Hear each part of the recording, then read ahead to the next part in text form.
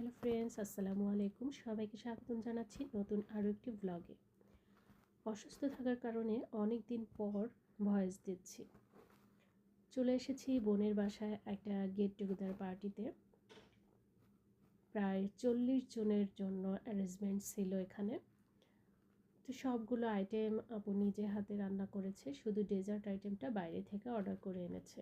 এখানে আছে ইলিশ মাছ ভাজি, বেগুন ভাজি, রাইস, চিংড়ি মাছের মালাইকারি, খাসির মাংস, গরুর মাংস,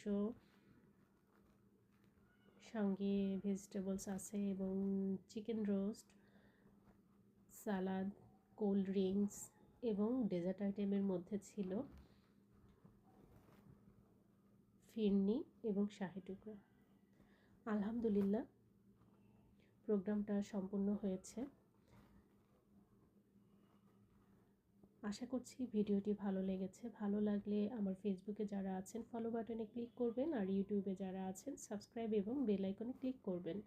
এতক্ষণ যারা সঙ্গে ছিলেন সকলকে ধন্যবাদ জানিয়ে আজকে এখানেই শেষ করছি। আল্লাহ হাফেজ।